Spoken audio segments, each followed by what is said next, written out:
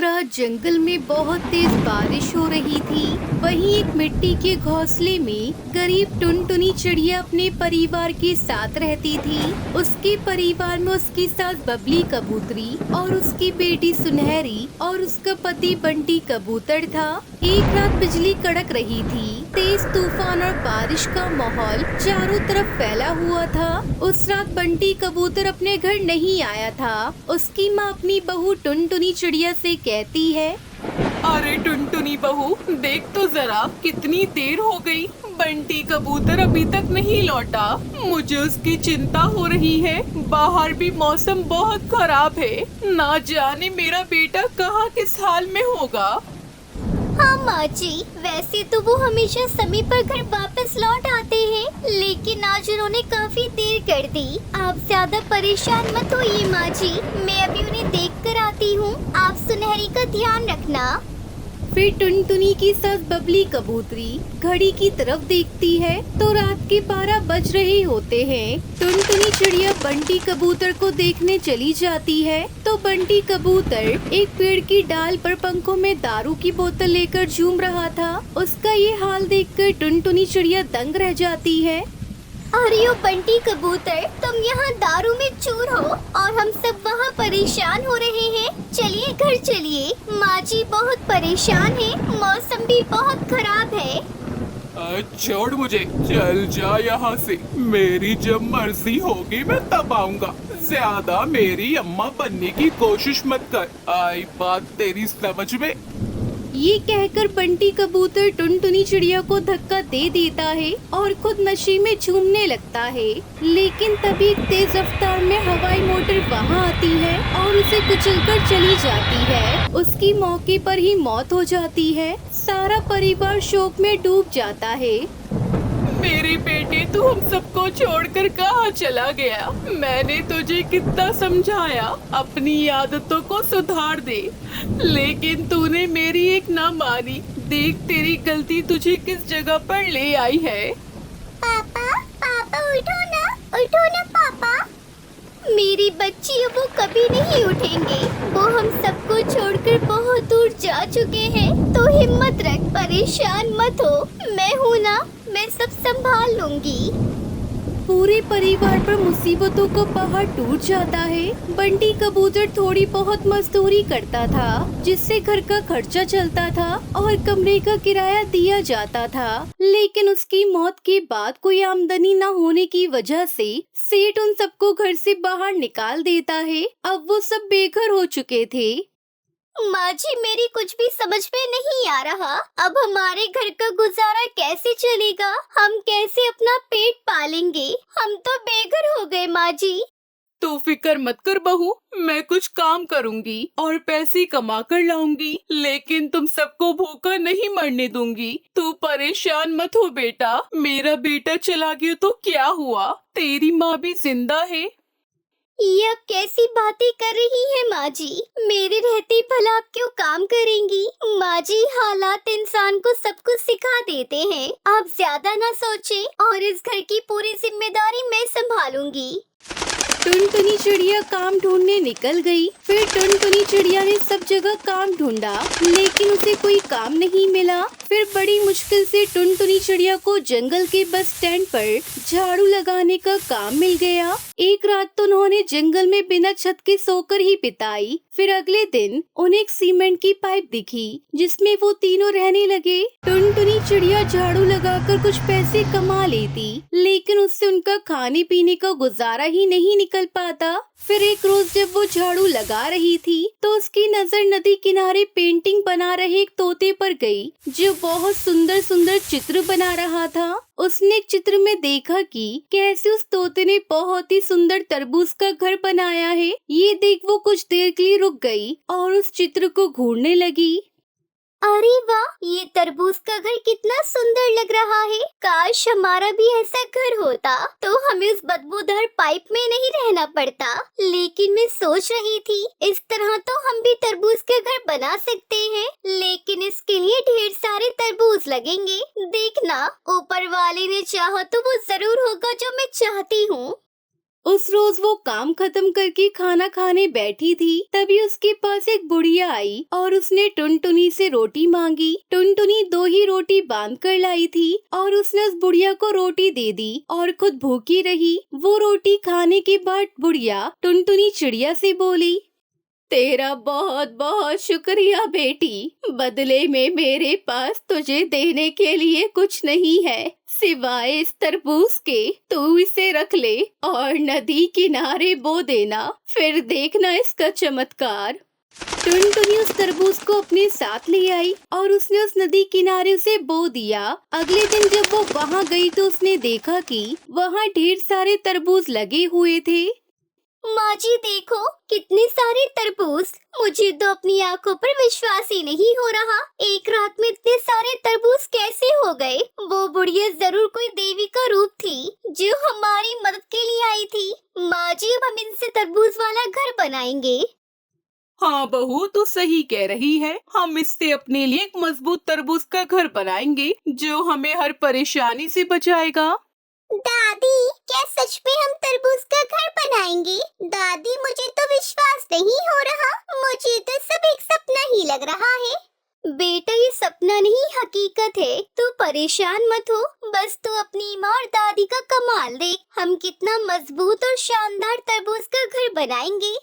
फिर टुनटुनी और बबली कबूतरी ने मिलकर उन तरबूज से अपना मजबूत तरबूज का घर बनाकर तैयार किया, जो दिखने में बहुत ही सुंदर लग रहा था। अब पक्षी दूर दूर से उनके उस घर को देखने आने लगे। साथ ही कई पक्षियों ने उन्हें तरबूज का घर बनाने का ऑर्डर भी दे डाला, जिससे उनकी अच्छी कमाई होने लगी। अब टुनटुनी अपनी सास और बेटी के साथ तरबूज के घर में खुशी खुशी रहने लगी। नहीं नहीं, मैं आपकी बेटी से शादी नहीं कर सकता। मुझे दहेज में 50,000 रुपए नहीं बल्कि पूरे 1 लाख रुपए चाहिए। बेटा हमारी हैसियत 50,000 रुपए देने की है। अगर तुमने अब शादी से इनकार किया तो हमारी नाक कट जाएगी। हमारी इज्जत का कुछ तो ख्याल करो बेटा। मुझे कुछ नहीं सुनना है। अगर 1 लाख रुपए दहेज में दे सकते हो तो बताओ, नहीं तो मैं बारात वापस लेके जा रहा हूँ। दोस्तों कल की वीडियो में आपने इतने कम लाइक क्यों किए? मुझे बहुत बुरा लगता है। दोस्तों जब मैं आपके कहने पर कहानी बनाती हूँ और आप बहुत कम लाइक करते हो, और जब आप कम लाइक करते हो तो मुझे वीडियो बनाने का बिल्कुल भी मन नहीं करता है। तो प्लीज दोस्तों अब इस वीडियो पर जाकर लाइक कर दो। टुनटुनी की माँ, वह पैसे जो मेरे इलाज के लिए रखे हुए हैं वो कालू को दे दो, नहीं तो ये बारात वापस ले जाएगा। लेकिन फिर आपका इलाज कैसे? टुनटुनी की माँ, मेरे इलाज से ज्यादा जरूरी टुनटुनी की शादी है। तुम वह पैसे कालू को दे दो। इतना सुनकर टुनटुनी की माँ अपनी सारी जमा पूंजी कालू कोई को दे देती है। फिर टुनटुनी की शादी कालू से हो जाती है और वो अपने ससुराल चली जाती है। कुछ दिन बाद टुनटुनी के पिता की तबीयत बहुत बिगड़ने लगती है। उन्हें अब इलाज की जरूरत थी। अजी सारा पैसा तो हमने कालू को दे दिया, अब मैं क्या करूं? मैं आपकी दवा कहां से लाऊं? मैं आपको ऐसे बीमार नहीं देख पा रही हूं। टुनटुनी की माँ, तुम फिक्र मत करो, अब मुझे दवा की जरूरत नहीं है। मैं इस दुनिया से जा रहा हूँ, अपना ख्याल रखना। इतना कहकर टुनटुनी के पिता की मौत हो जाती है। इधर कालू पैसे मिलने के बाद अय्याशी करने लगा और पैसों को शराब और जुए में उड़ाने लगा। टुनटुनी उसे ऐसा करने से रोकती तो वो उससे लड़ाई करने लगता था। अजी सुनते हो, ये पैसे मेरे घर वालों ने आपको इसलिए दिए हैं ताकि आप इन पैसों से अपने व्यापार को बढ़ा सको, लेकिन आप इन पैसों को शराब और जुए में उड़ा दोगे तो एक दिन सब बर्बाद हो जाएगा। तू मुझे अपने पैसों के ताने दे रही है? तू अकेली नहीं है जो दहेज लेकर आई है, सब लाती हैं दहेज। मैं इन पैसों का कुछ भी करूं, इन पैसों पर सिर्फ मेरा हक है, क्योंकि मैं तुझे अपने घर में रख रहा हूं। और अगर तुझे मेरे साथ नहीं रहना तो तलाक लेकर निकल जा यहाँ से। बेचारी बेबस टुनटुनी कुछ भी नहीं बोल पाती थी। कुछ दिन ऐसे ही चलता रहा और पैसे खत्म होता देख टुनटुनी दुखी होने लगी। हे ऊपर वाले, अब मैं क्या करूं? अगर ऐसा ही चलता रहा तो एक दिन सब खत्म हो जाएगा। दहेज के पैसों से आधे पैसे भी नहीं बचे। मैं ऐसा करती हूँ, कुछ पैसों को छिपा गई हूँ। टुनटुनी बचे हुए पैसों में से कुछ पैसों को छुपा देती है। कुछ दिन बाद कालू के पास जितना भी पैसा था वो सब खत्म हो जाता है, लेकिन उसे तो शराब की लत लग चुकी थी, इसलिए वो टुनटुनी से पैसों की मांग करता है। ए टुनटुनी, मुझे शराब की तलब लगी है, ला जल्दी से मुझे पैसे दे, मुझे शराब पीनी है। देखिए, इस शराब के चक्कर में जो भी पैसा था सब खत्म हो गया। अब तो आप संभल जाइए, छोड़ दीजिए शराब को। अभी कहाँ से सब खत्म हो गया, अभी तो तेरे गहने भी बाकी हैं। ला जल्दी से अपने गहने दे, मैं उन्हें बेचकर शराब लाऊंगा अपने लिए। नहीं नहीं, मैं अपने गहने आपको शराब पीने के लिए नहीं दूंगी। तेरी इतनी हिम्मत, मैं देखता हूँ कि तू गहने कैसे नहीं देती है। दूर हो मुझसे, मेरे पास मेरे मायके की निशानी सिर्फ यही है, मैं आपको ये नहीं दूंगी। अब तुझे क्या करना है अपने मायके की निशानी का? इतना बोलकर कालू टुनटुनी के गहने छीन लेता है और शराब पीने के लिए घर से निकल जाता है। कुछ दिन ऐसा ही चलता रहा। फिर टुनटुनी को एक बेटी हुई। इससे टुनटुनी के जीवन में खुशियाँ दोबारा लौट आई। मेरी बेटी ही मेरे जीने की वजह है। मैं अपनी बेटी को अच्छे से पालूंगी, इसे पढ़ाऊंगी लिखाऊंगी और इसे एक अफसर चिड़िया बनाऊंगी। ऐसे ही समय गुजरता रहा। एक दिन, अजी सुनते हो, अब हमें अपनी बिटिया का दाखिला स्कूल में करवा देना चाहिए। तू क्या पागल हो गई है? मैं खुद तो शराब के पैसे नहीं जुटा पा रहा हूँ और तुझे स्कूल की पड़ी है। भूल जा स्कूल और इस बेटी को काम पर भेज, ये मेरे लिए पैसा कमा कर लाएगी। नहीं नहीं, इस मासूम को मैं काम पर नहीं भेजूंगी, इसे मैं स्कूल भेजूंगी। मैं खुद जा रही हूँ उसका दाखिला करवाने। इतना बोलकर टुनटुनी पिंकी को स्कूल ले जाती है और स्कूल में ही छोड़ आती है। पिंकी बेटा, तुम ध्यान से पढ़ाई करना, मैं स्कूल की छुट्टी के समय तुम्हें लेने आऊंगी। ठीक है माँ, मैं छुट्टी के बाद आपका इंतजार करूंगी, आप मुझे लेने आ जाना। इतना बोलकर टुनटुनी घर वापस लौट आई। घर आते ही कालू उस पर भड़कने लगता है। तेरे पास तो कोई पैसा नहीं था, तो फिर तू पिंकी का एडमिशन कैसे करवाई? इसका मतलब तूने मुझसे पैसे छिपा कर रखे हुए। ला निकाल पैसे, कहाँ पर रखे हैं? देखिए जी, आप रोज रोज शराब में पैसे उड़ाया करते थे, इसलिए कुछ पैसे मैंने बचा कर रख लिए थे। उन्हीं पैसों में से मैं अपनी पिंकी को पढ़ा लिखा कर एक कामयाब चिड़िया बनाऊंगी। मेरा शक सही निकला, तभी सारा पैसा इतनी जल्दी खत्म हो गया। ला सारा पैसा निकाल, नहीं तो आज तेरी खैर नहीं। देखिए जी, उन पैसों को मैं आपको नहीं दे सकती, ये मेरी बेटी के भविष्य का सवाल है। पिंकी के स्कूल की छुट्टी का समय हो गया है, मुझे जाने दीजिए, पिंकी मेरा इंतजार कर रही होगी। जब तक तू मुझे पैसे नहीं दे देती तब तक भूल जा पिंकी विंकी को। तू मुझे पैसे दे दे, मैं तुझे जाने दूंगा। कालू कौवा टुनटुनी से सारे पैसे ले लेता है, फिर उसे घर से निकाल देता है। जब आप शराब पीने के लिए किसी भी हद तक जा सकते हैं, तो एक माँ भी अपनी बच्ची के लिए किसी भी हद तक जा सकती है। इतना बोलकर टुनटुनी एक डंडा उठाकर कालू के सर में मार देती है। डंडा लगते ही कालू निढाल होकर गिर पड़ता है। तभी टुनटुनी पैसे उठाकर भागने लगती है। कालू उसका पीछा करता है, लेकिन सर में डंडा लगने की वजह से वो ज्यादा दूर तक पीछा नहीं कर पाता। लेकिन अब टुनटुनी पिंकी को लेकर कालू के पास भी नहीं जा सकती थी, क्योंकि उसने कालू को डंडा मार दिया था। इसलिए ठंड के मौसम में टुनटुनी अपनी बेटी को पेड़ की आड़ में लेकर बैठी रहती है। इतनी ठंड की वजह से पिंकी की तबीयत बिगड़ने लगी। हे ऊपर वाले, अब मैं कहाँ जाऊँ? अब तो मैं कालू के पास भी नहीं जा सकती और अपनी माँ के पास जाकर उन पर बोझ नहीं बनना चाहती। अगर मैंने पिंकी को ठंड से नहीं बचाया तो इससे कुछ भी हो सकता है। तभी वहाँ एक जादुई परी आती है। टुनटुनी, तुम इतना उदास क्यों हो? क्या परेशानी है? मुझे बताओ। टुनटुनी चिड़िया उसको सारी दास्तां बताती है, कैसे उसके जालिम पति कालू ने उसके साथ धोखा किया। टुनटुनी, तुम्हें अब परेशान होने की कोई जरूरत नहीं है। जादुई परी अपने जादू से पास ही एक उपजाऊ खेत और एक पेड़ पर मजबूत घर बना देती है। टुनटुनी जादुई परी का शुक्रिया अदा करती है और अपनी बेटी के साथ खुशी खुशी रहने लगती है।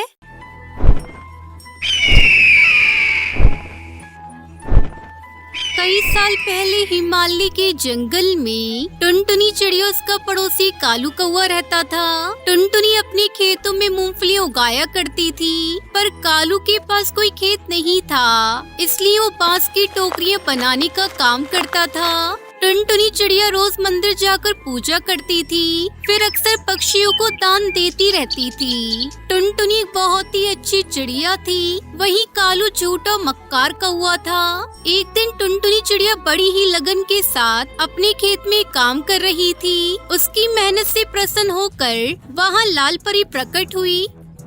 हे लाल परी, आप और यहाँ मेरा जीवन धन्य हो गया। लाल परी, टुनटुनी, मैं तुम्हारी अच्छाई से बहुत खुश हूँ। मांगो, तुम्हें क्या मांगना है? दोस्तों, कल की वीडियो में आपने इतने कम लाइक क्यों किए? मुझे बहुत बुरा लगता है। दोस्तों, जब मैं आपके कहने पर कहानी बनाती हूँ और आप बहुत कम लाइक करते हो, और जब आप कम लाइक करते हो तो मुझे वीडियो बनाने का बिल्कुल भी मन नहीं करता है। तो प्लीज दोस्तों, अब इस वीडियो पर जाकर लाइक कर दो।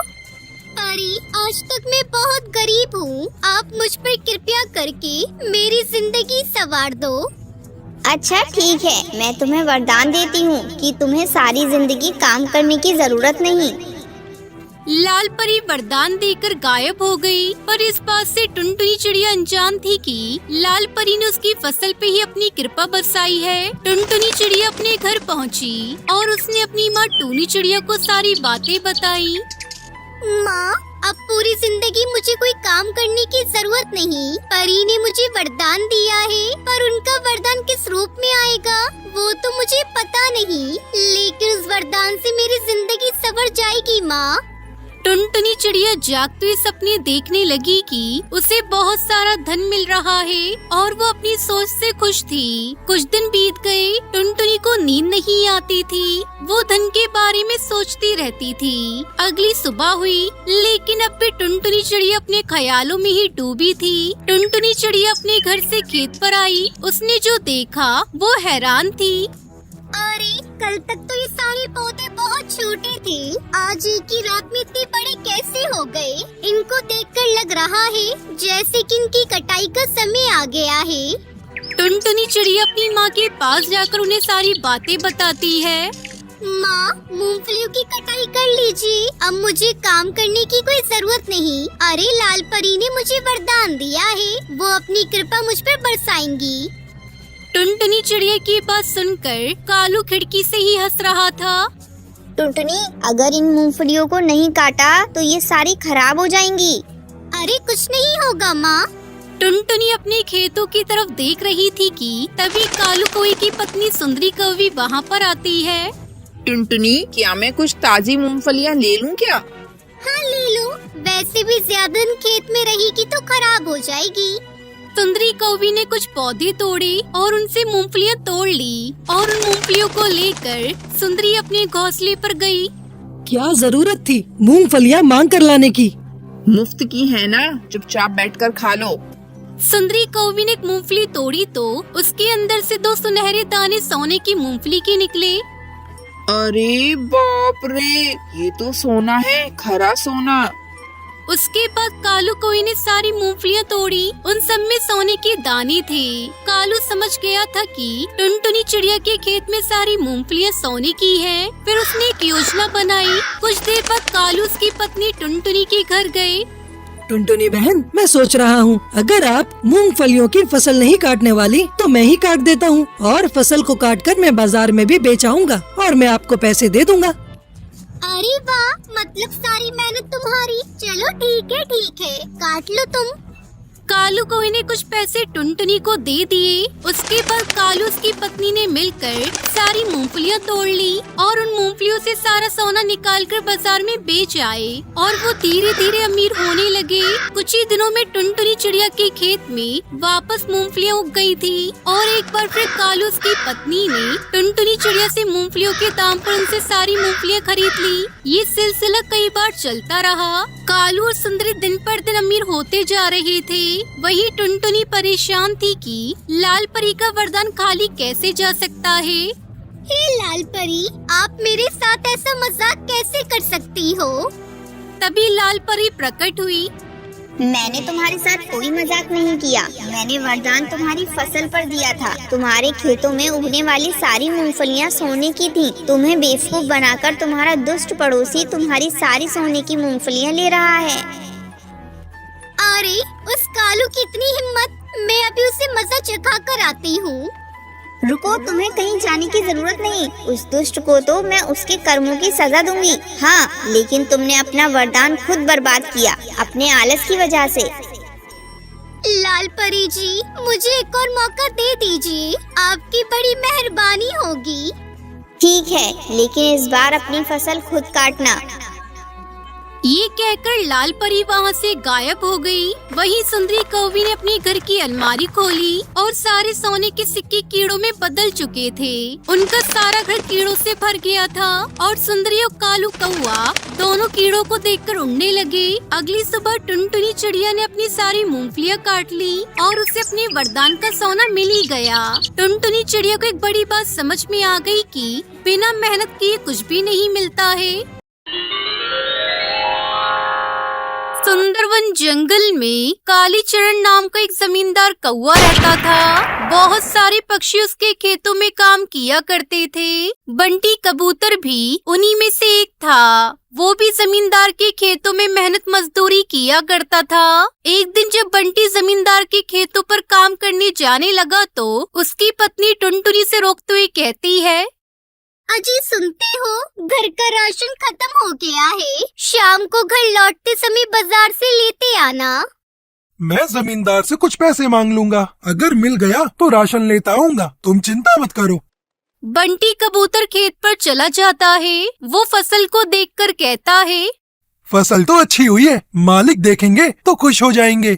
दोस्तों, कल की वीडियो में आपने इतने कम लाइक क्यों किए? मुझे बहुत बुरा लगता है। दोस्तों, जब मैं आपके कहने पर कहानी बनाती हूँ और आप बहुत कम लाइक करते हो, और जब आप कम लाइक करते हो तो मुझे वीडियो बनाने का बिल्कुल भी मन नहीं करता है। तो प्लीज दोस्तों, अब इस वीडियो पर जाकर लाइक कर दो।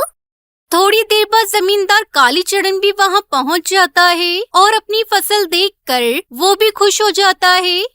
अरे बंटी, फसल तो बहुत अच्छी हुई है रे। अब काटने की तैयारी कर। समय से पहले हमारे अनाज मंडी में पहुंच जाएंगे तो अच्छी कीमत मिलेगी। मालिक, अभी फसल को पकने में थोड़ा और समय लगेगा। जैसे ही फसल पककर तैयार हो जाएगी, मैं काटकर बोरियों में भर दूंगा। मालिक, मुझे थोड़े पैसे चाहिए थे। वाह बंटी जी वाह, जरा सी मैंने तेरी तारीफ कर दी तो तू मेरे सर पर चढ़ गया। बंटी लटका हुआ मुंह लेकर अपने घर वापस आता है। अरे, आप तो खाली हाथ घर लौटे हैं। मैं कैसे खाना पकाऊंगी? टुनटुनी, एक पैसा भी नहीं दिया जमींदार ने। मैं राशन कहाँ से लाता? लगता है कुछ दिनों तक पानी पीकर गुजारा करना होगा। मुझे माफ कर देना। मैंने बहुत विनती करी लेकिन मालिक ने मेरी एक न सुनी। रात को दोनों पति पत्नी पानी पीकर ही सो जाते हैं। आधी रात को बादल गरजने की आवाज से उनकी आंख खुलती है। बाहर बहुत तेज बारिश हो रही थी। लगातार 3 दिनों तक मूसलाधार बारिश होती रही। जमींदार की पूरी फसल बर्बाद हो गई थी। वो गुस्से से आग बबूला हो गया। बंटी, तेरी बुरी नजर मेरी फसल को लग गई। इसकी भरपाई तो मैं तुझसे ही करके रहूंगा। तू अपना घर मेरे नाम कर दे, मैं उसे बेचकर अपने नुकसान की भरपाई करूंगा। जमींदार की बातें सुनकर बंटी वहीं खेत में बैठकर आंसू बहाने लगा। सुबह से शाम हो गई, फिर रात हो गई। बंटी घर नहीं लौटा। घर पर टुनटुनी परेशान थी। पता नहीं क्या बात हो गई, अभी तक घर नहीं लौटे। मुझे ढूंढने के लिए जाना ही पड़ेगा। अगले दिन सुबह टुनटुनी अपने पति को ढूंढती हुई खेत पर पहुंचती है। अरे आप यहाँ इतनी तेज बारिश में क्या कर रहे हैं? घर पर मैं कितनी परेशान थी, मन में बुरे बुरे ख्याल आ रहे थे।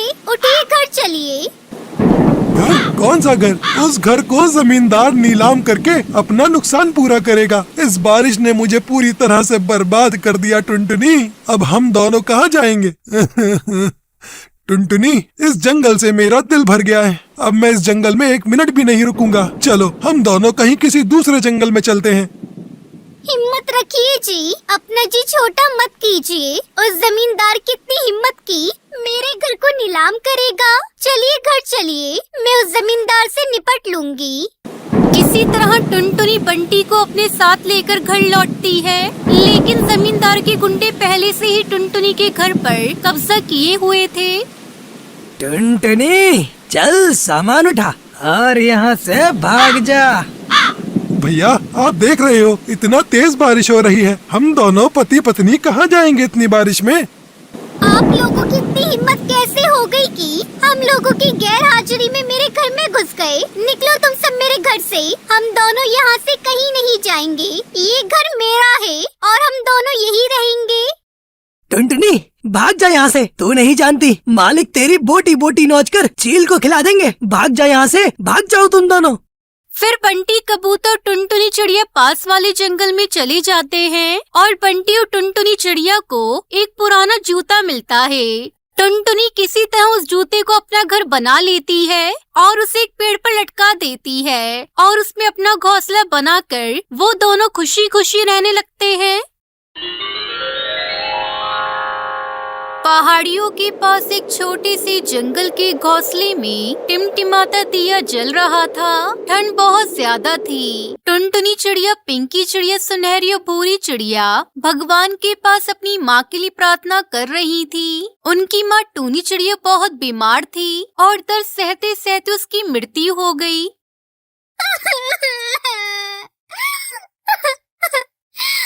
माँ, हमें छोड़कर नहीं जाइए, मत जाइए माँ। माँ, हम भूरी को कैसे संभालेंगे? वो तो अभी बहुत छोटी है माँ। माँ, ये क्या हो गया? माँ, क्या हो गया ये सब?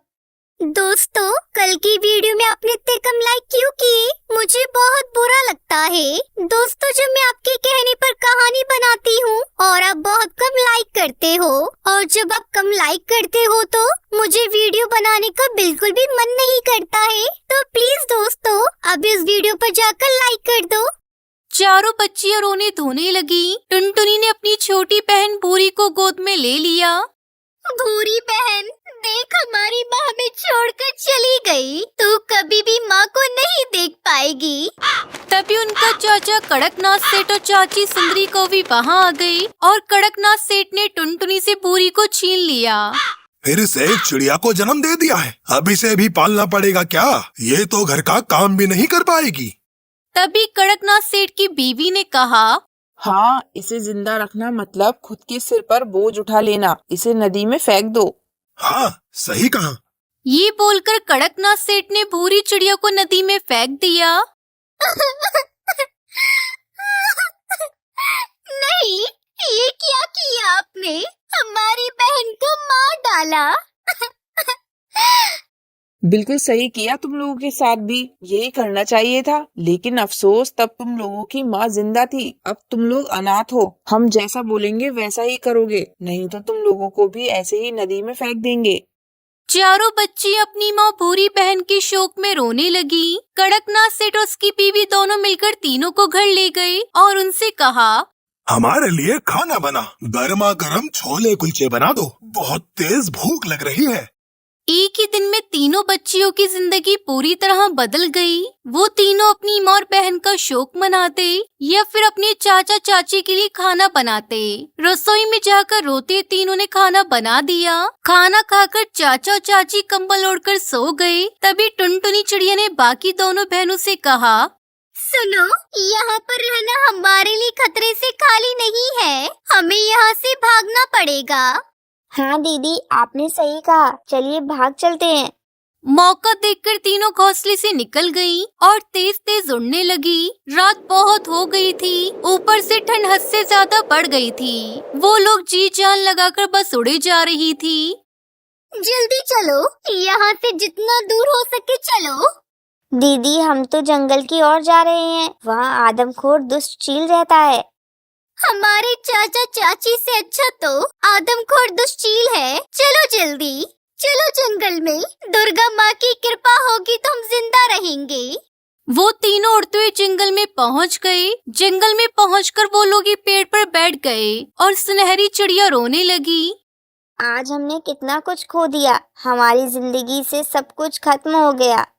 रो मत बहन, दुर्गा माँ ने चाहा तो सब कुछ ठीक हो जाएगा। कैसे ठीक होगा? माँ और बहन वापस आ जाएंगी क्या? दुर्गा माँ कुछ भी कर सकती है बहन। वो चाहे तो किसी भी पक्षी को मृत्यु से भी वापस ला सकती है। बस दुर्गा माँ पर भरोसा रखते हैं। वो लोग बातचीत करते करते वहीं सो गए। सुबह सुबह जंगल के आदमखोर दुष्ट चील की नींद खुल गई और नींद खुलते ही उसे चिड़ियाओं की खुशबू आई। अरे सुबह सुबह चिड़ियों की खुशबू आ रही है, आज तो मजा ही आ जाएगा। उधर कड़कनाथ सेठ और उसकी बीवी ने सुबह नींद से उठने के बाद देखा कि तीनों बच्चियां घर से गायब हैं।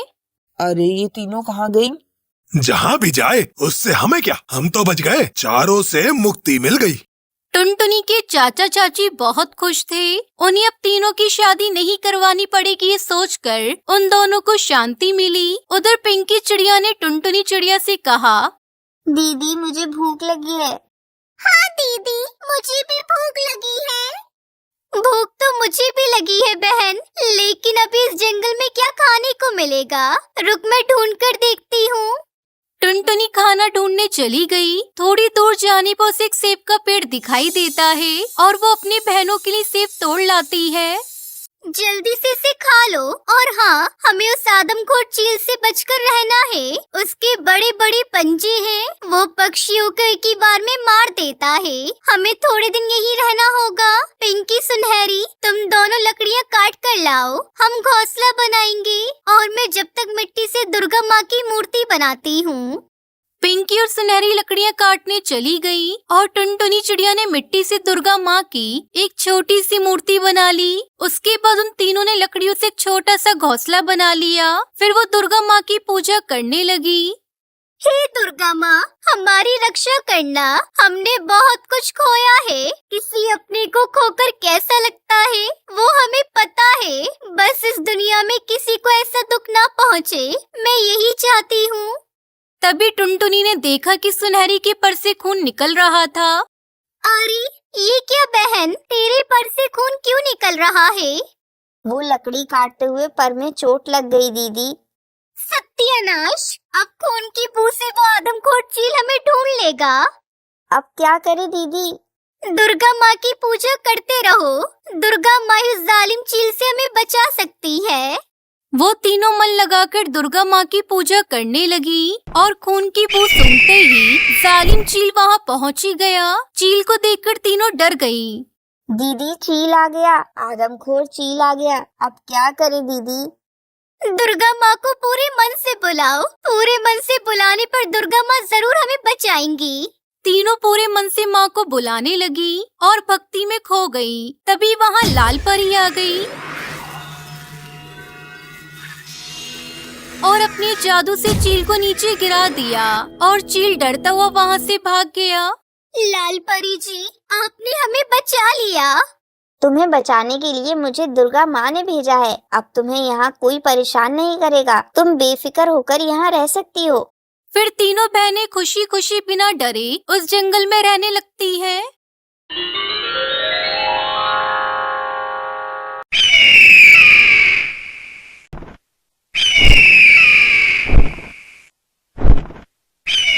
एक जंगल में एक टुनटुनी चिड़िया रहा करती थी। उसके घोंसले में 3 अंडे थे। एक दिन चिड़िया ने देखा कि जंगल से सभी पक्षी जंगल छोड़कर भाग रहे थे। उसने बुलबुल चिड़िया को रोककर पूछा, अरे बुलबुल, क्या हो गया? सभी पक्षी जंगल से भाग क्यों रहे हैं? टुनटुनी, अपने अंडों को लेकर जल्दी यहाँ से भागो। जंगल में जंगली बाज आ गया है। वो सभी पक्षी के अंडों को और बच्चों को खा रहा है। तुम जल्दी यहाँ से चली जाओ। लेकिन मैं अपने अंडों को लेकर कैसे जाऊं? मेरे अंडों से बच्चे आने वाले हैं। अगर मैं अपने अंडों को लेकर उड़ूंगी तो इनमें से बच्चे नीचे निकलकर गिर जाएंगे। टुनटुनी, तुम अपने अंडों को छुपा दो। बाज किसी भी समय यहाँ आ सकता है। तब तक आप लोग हमारे इस वीडियो को लाइक और अगर आपने हमारे चैनल को सब्सक्राइब नहीं किया है तो जल्दी से सब्सक्राइब कर लें और कमेंट सेक्शन में जरूर बताएं कि आपको हमारी ये कहानी कैसी लगी। हाँ, मैं अपने अंडों को छुपा देती हूँ। तुम्हारा शुक्रिया बुलबुल बहन। इतना कहकर टुनटुनी अपने अंडों को घोंसले में ही छिपा देती है और बाज के आने का इंतजार करने लगती है। हे भगवान, अभी मेरे अंडों से बच्चे मत निकालना, नहीं तो बाज मेरे बच्चों को देख लेगा और उन्हें खा जाएगा। तभी वहाँ बाज आ जाता है और टुनटुनी से कहता है, ए चिड़िया, तेरे अंडे कहाँ हैं? जल्दी से मुझे एक अंडा दे दे। मेरे पास कोई अंडा नहीं है। देखो चिड़िया, अगर तुमने मुझे एक अंडा दे दिया तो मैं तुम्हारे बाकी अंडों को नहीं खाऊंगा। लाओ, अब मुझे एक अंडा दे दो। देखो, मैं तुम्हें कह चुकी हूँ कि मेरे पास कोई अंडा नहीं है, तो मैं तुम्हें अंडा कहाँ से दूँ? तुम ऐसे नहीं मानोगी। जरूर तुमने अपने अंडे छिपाए होंगे। मैं अभी उन अंडों को ढूंढता हूँ। इतना कहकर बाज अंडे ढूंढने लगता है, लेकिन उसे कोई अंडा नहीं मिलता, इसलिए वो वापस जाने लगता है। तभी टुनटुनी चिड़िया के अंडे में से बच्चे निकल आते हैं। अरे बच्चों, चुप रहो। बच्चों, चुप हो जाओ, नहीं तो वो बाज तुम्हारी आवाज सुन लेगा। तभी बाज बच्चों की आवाज सुन लेता है और वापस टुनटुनी के पास आता है। अरे वाह, अच्छा, तो तुमने अंडे यहाँ छुपा कर रखे थे। अब मैं इन तीनों बच्चों को अपने साथ ले जाऊंगा और घर ले जाकर खाऊंगा। नहीं नहीं बाज भाई, अगर तुमने मेरे बच्चों को खाया तो तुम्हारा पेट खराब हो जाएगा। मैं तो तुम्हारे भले के लिए कह रही हूँ, मेरे बच्चों को मत खाना। अरे वाह, बच्चे खाने से पेट खराब हो जाएगा? फिर तो मैं इन्हें जरूर खाऊंगा, क्योंकि आज तक मैंने बहुत बच्चे खाए हैं, लेकिन मेरा पेट खराब नहीं हुआ। देखो बाज, अगर तुमने मेरे बच्चों को हाथ पे लगाया तो मैं तुम्हें नहीं छोड़ूंगी। तुम मेरा क्या कर लोगी? मैं इन बच्चों को तुम्हारे सामने अपने साथ लेकर जाऊंगा और तुम मेरा कुछ भी नहीं कर सकती। जैसे ही बाज बच्चों की तरफ बढ़ता है, टुनटुनी उस पर हमला कर देती है। इस लड़ाई में बाज टुनटुनी को घायल कर देता है। टुनटुनी घायल होकर गिर जाती है। हे भगवान, मेरे बच्चों की रक्षा करना। वो बाज पता नहीं आज मेरे बच्चों के साथ क्या करेगा। तभी वहाँ पर बुलबुल चिड़िया आती है। क्या हुआ टुनटुनी, तुम यहाँ घायल क्यों पड़ी हो और तुम्हारे बच्चे कहाँ हैं? बुलबुल बहन, मेरे बच्चों को बाज उठा ले गया और वो मेरे बच्चों को मारकर खाने वाला है। बुलबुल बहन, मुझसे उड़ा नहीं जा रहा। उस बाज से मेरे बच्चों को बचाने में मेरी मदद करो। लेकिन टुनटुनी, बाज बहुत ताकतवर है। मैं उस बाज से लड़ भी नहीं सकती, तो मैं तुम्हारे बच्चों को कैसे बचा सकती हूँ? बुलबुल बहन, तुम मुझे उस बाज के पास तक ले चलो। मैं खुद अपने बच्चों को उस बाज से छुड़ा कर लाऊंगी। क्या कह रही हो टुनटुनी? तुमसे तो उड़ा भी नहीं जा रहा, तो तुम कैसे अपने बच्चों को उस बाज से छुड़ा कर लाओगी? एक माँ अपने बच्चे के लिए कुछ भी कर सकती है। तुम बस मुझे उस बाज के पास तक ले चलो। ठीक है टुनटुनी, चलो चलते हैं। इतना कहकर बुलबुल टुनटुनी को अपने साथ बाज के पास ले जाती है। देखो बाज, या तो मेरे बच्चों को छोड़ दो, नहीं तो मैं तुम्हें जिंदा नहीं छोड़ूंगी। इतनी चोट खाने के बाद भी तुम्हें अकल नहीं आई? लगता है यहाँ मरने आई हो। अभी भी वक्त है, यहाँ से वापस लौट जाओ। नहीं नहीं, मैं अब अगर वापस जाऊंगी तो अपने बच्चों को लेकर ही जाऊंगी। मेरे बच्चों को छोड़ दो, नहीं तो मैं इस घोंसले में आग लगा दूंगी। मुझे बेवकूफ समझा है क्या? अगर तुमने इस घोंसले में आग लगा दी तो तुम्हारे बच्चे भी मरेंगे, इसलिए तुम इस घोंसले में आग नहीं लगा सकती। मुझे फिक्र नहीं है, और वैसे भी मैं इस घोंसले में आग ना लगाऊं तो भी तुम मेरे बच्चों को खा जाओगे। तो बताओ, तुम मेरे बच्चों को छोड़ते हो या मैं तुम्हें आग के हवाले कर दूं? बेवकूफ किसी और को बनाना। मैं तुम्हारी इन फालतू बातों से डरने वाला नहीं हूँ। इतना सुनते ही टुनटुनी घोंसले में आग लगा देती है। तभी घोंसला जलने लगता है। हे भगवान, इसने तो सच में आग लगा दी। बचा ले भगवान, मुझे बचा ले। आज के बाद मैं किसी चिड़िया के बच्चों को नहीं खाऊंगा। आग तो पूरे घोंसले में फैलने लगी है। मुझे अपने बच्चों को बचाना होगा। भले ही मेरी जान चली जाए, लेकिन मैं अपने बच्चों को बचाने जरूर जाऊंगी। टुनटुनी अपने बच्चों को घोंसले से बाहर फेंक देती है। बच्चे सुरक्षित बच जाते हैं, पर टुनटुनी काफी जल चुकी थी। माँ, आपको ये क्या हो गया? माँ, आप ठीक हो जाओगी माँ।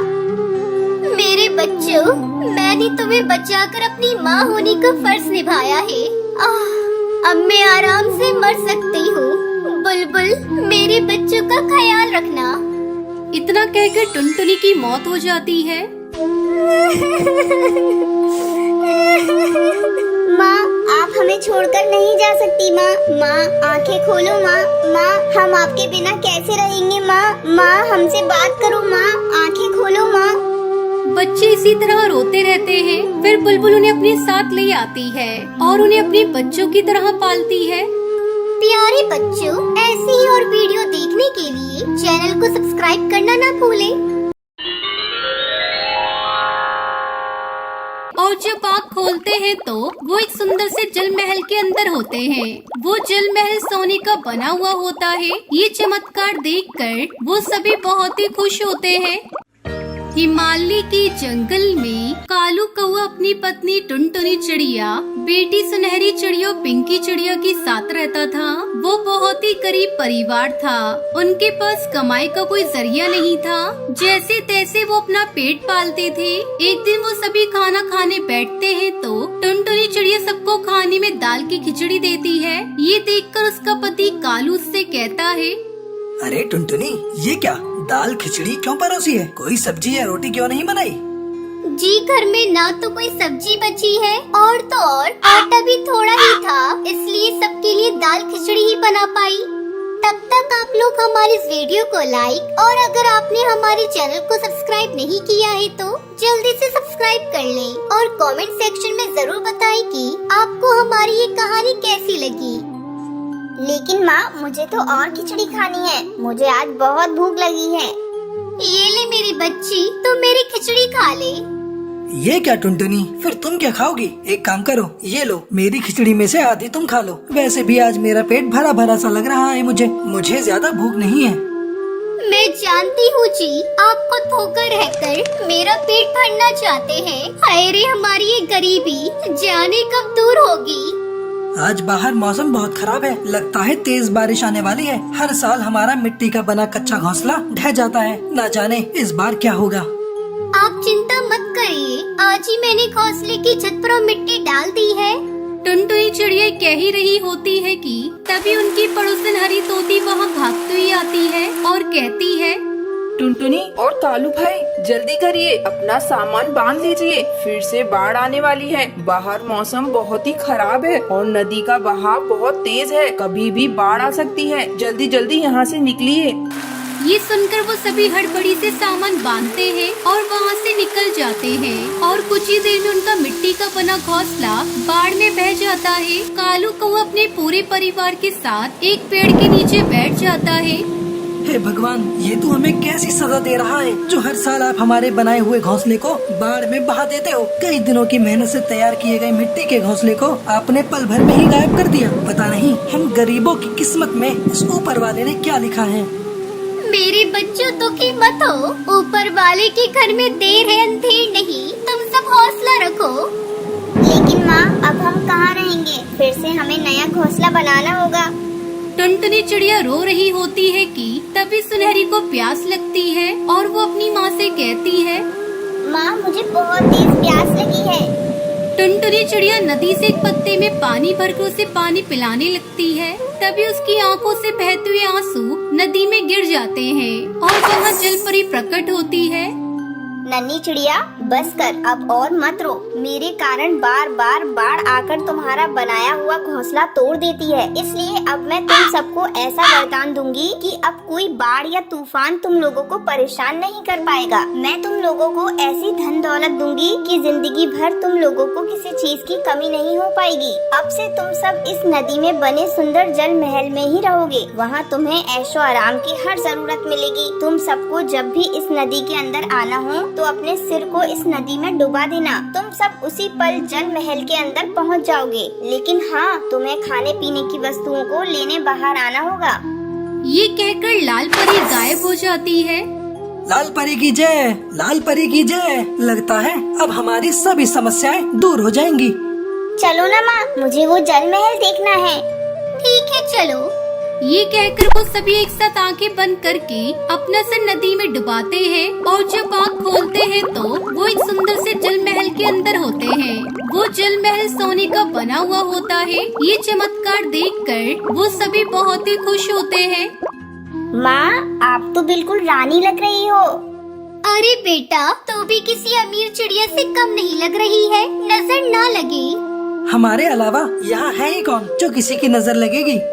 चलो शुक्र है यहाँ कम से कम वो बबली कबूतरी नहीं है जो सारा दिन अपनी बकबक से मेरे कान खा जाया करती थी। अब तो मैं यहाँ चैन से रहूंगी। पर माँ, यहाँ तो टीवी नहीं है और मेरा डांस देखने का बड़ा मन है। हाय रे, मेरे बच्चे को डांस देखना है। रुक, अभी तेरी माँ तुझे करके दिखाएगी। आज तेरी माँ बहुत खुश है। अरे भाई, तुम सभी का नाच गाना हो गया हो तो अब जरा पूरे महल को देख लें। और इस तरह टुनटुनी का परिवार अपने सारे दुख भूल चुका था और खुशी खुशी इस महल में रहने लगते हैं।